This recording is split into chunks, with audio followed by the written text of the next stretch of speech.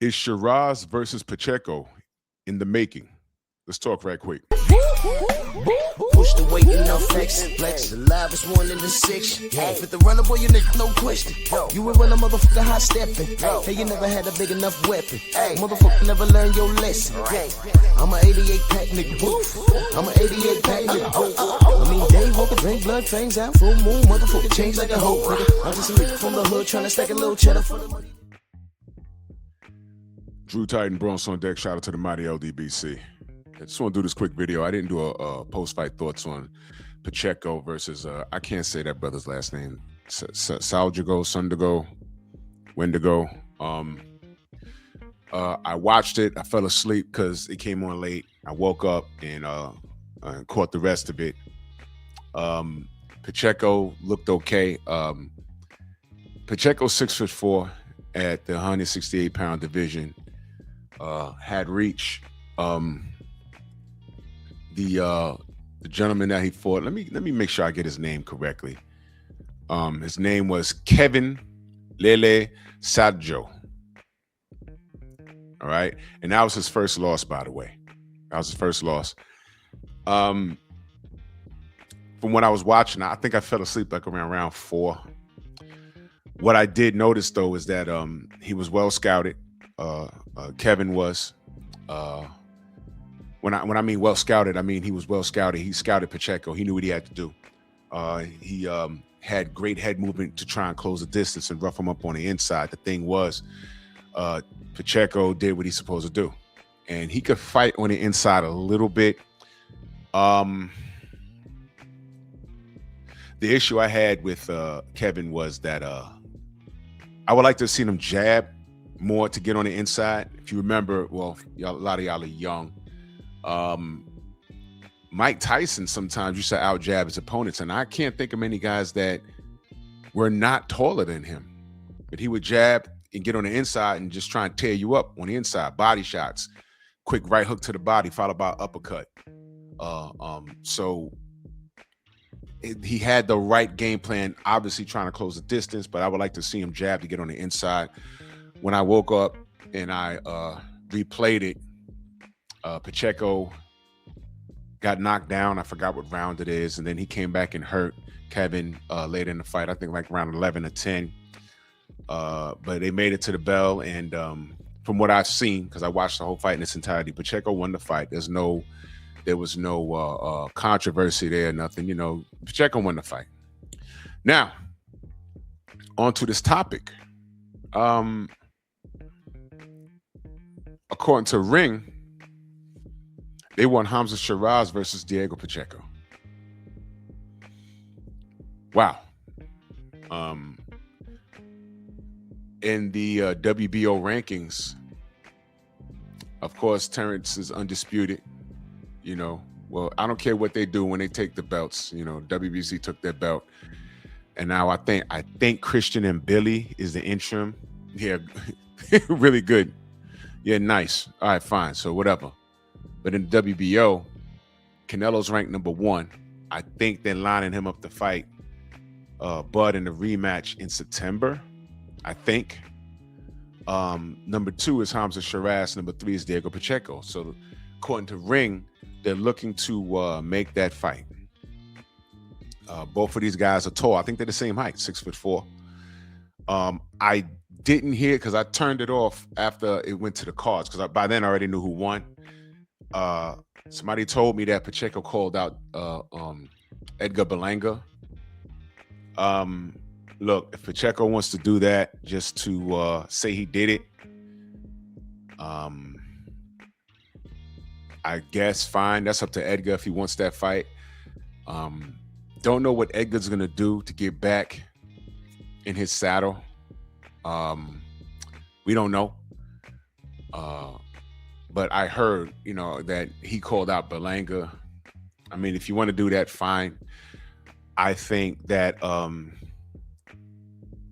the more appealing fight for me would be Hamza Sheeraz versus Diego Pacheco.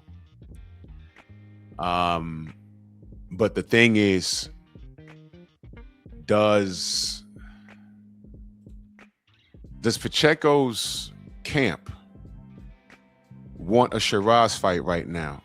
So I got to tell you, right now, as it's, you know, if you want to give it, if you want to talk about ring experience and a confidence booster, a confidence boosting win, rather, you got to give the edge to Hamza Sheeraz. You got to give him that edge. He came all the way to New York in Berlanga's backyard, pretty much. We was up here and in the tri-state. And not only did he win, he knocked him out. And I was at that presser. I got to tell you, man, you know, I'm a big guy. And when I get around these fighters, I always compare myself to the guys that are in like light heavyweight and above, because then, you know, we're around the same height, you know, almost the same size. And I stood next to Edgar. You know, I wasn't the first time I've been around him, so I knew his, you know, his height and size, whatever. Walked over to listen to what Sheeraz was talking about, and the first thing I noticed was, I said, man, this guy's 168. He had on a suit. I'm like, nah, man, he right there, because we were still maybe about 2 months out before the fight. I think I'm not too sure. But Hamza was at least almost 200 pounds, man, standing there. And I'm looking at him. I was like, yo, hold on a minute. And then I looked back at Berlanga and I'm looking at Sheeraz and I say, yo, hold on. I think this is a mistake. And a lot of people were mystified by the Adames fight. And he did say that he was a little drained going into that fight. So it was a struggle for him to make 160, 168. And that's what you guys got to understand about weight in boxing. It's a science. It's a science, and a lot of people don't understand that. Sometimes these fighters, they ask, well, how could he get stronger when they move up in weight? Because they're not cutting weight. They're not cutting weight. I see this all the time. Back in the day, in the 90s, there was a fighter by the name of Diego Chico Corrales, God rest his soul. And he moved up in weight. Forgive me if I forget the exact weight, but he fought a man by the name of Acelino Popo Freitas out of Brazil. And Freitas was a puncher. And Corrales, if you remember him, he was a lanky, skinny dude, but the guy could crack. And he went up a weight class and fought Acelino Freitas and chased him all around the ring and eventually started, beating his behind. It was crazy. And if I'm not mistaken, I think he stopped him. That was on HBO. And he was screaming, I'm here now, I'm here now. And I remember, some of my buddies were like, well, how could that be? I'm like, well, a lot of these guys, they cut to make weight for title shots and, for money. And they put themselves at risk. If you remember, one of the biggest crimes in boxing was Miguel Cotto versus Manny Pacquiao. And I talk about this a lot on my live streams. What was done was Miguel Cotto was a champion. I think he was a WBO champion at 147.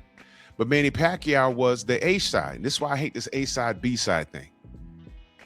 This is why I hate it. He was made, and a lot of people don't talk about this, so you don't remember. Miguel Cotto was made to face Manny Pacquiao at 145 pounds on fight night. On fight night, which means he had to cut weight. It's bad enough he had to cut weight, but on fight night, he couldn't rehydrate past 145. And he was doing well against Manny until his body betrayed him and he got stopped. Well, Drew, he would have got stopped anyway. Well, why is it that when Pacquiao was trying to duck a Floyd Mayweather payday, because this was before they fought, he explored the option of fighting Miguel Cotto again. By then, Miguel Cotto was a champion at 54.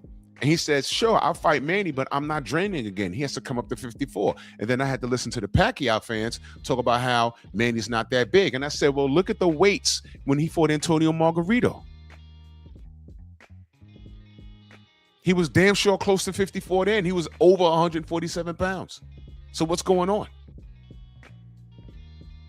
So it's all about who you are, what your fan base say, and how many butts you could put in the seat. That makes you the A side. And that's why I like Riyadh season, because they say, look, what you want to fight, Whatever the division is, you're fighting at it. If it's 168, you come in at 168 or below, and you rehydrate to whatever the next day. I'm sure if the camps want to work something out behind the scenes, that's up to them. But the money's there, and ain't no A side, B side. This is what I'm willing to pay you. And 10 times out of 10, it's more than what you would have made under the old regime. A side money, B side money, back end money, PBC, top rank, matchroom, who sells? None of that matters. And, you know, I'll talk about that some other time. But right now we're looking at this Pacheco Sheeraz thing. I read this on The Ring. They want it. Does Pacheco's camp want this fight? Because Sheeraz, he's on a high right now, and the young man can fight. I'll just say that, man. The young man can fight. He can box, and he showed Edgar Berlanga, yeah, I could punch too.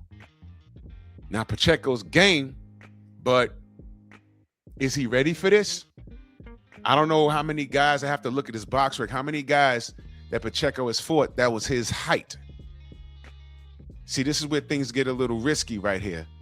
Berlanga right now is the wounded dog, but Berlanga can punch. Is Pacheco ready for that? Do you go and pad your resume by beating up a guy that already lost to Sheeraz?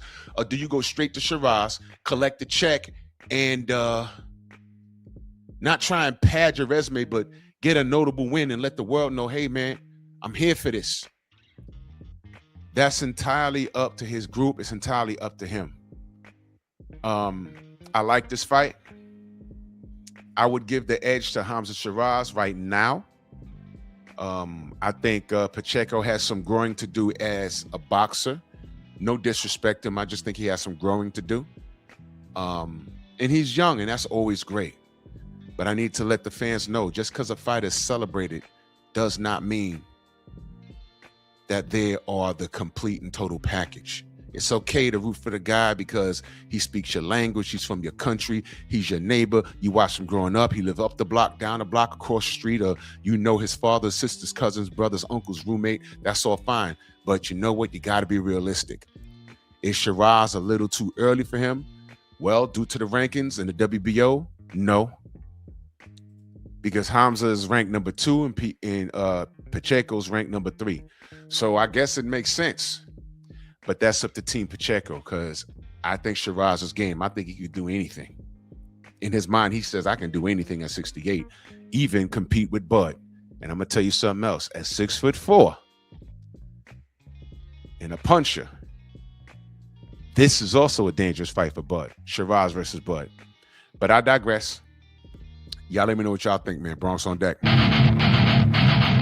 Move!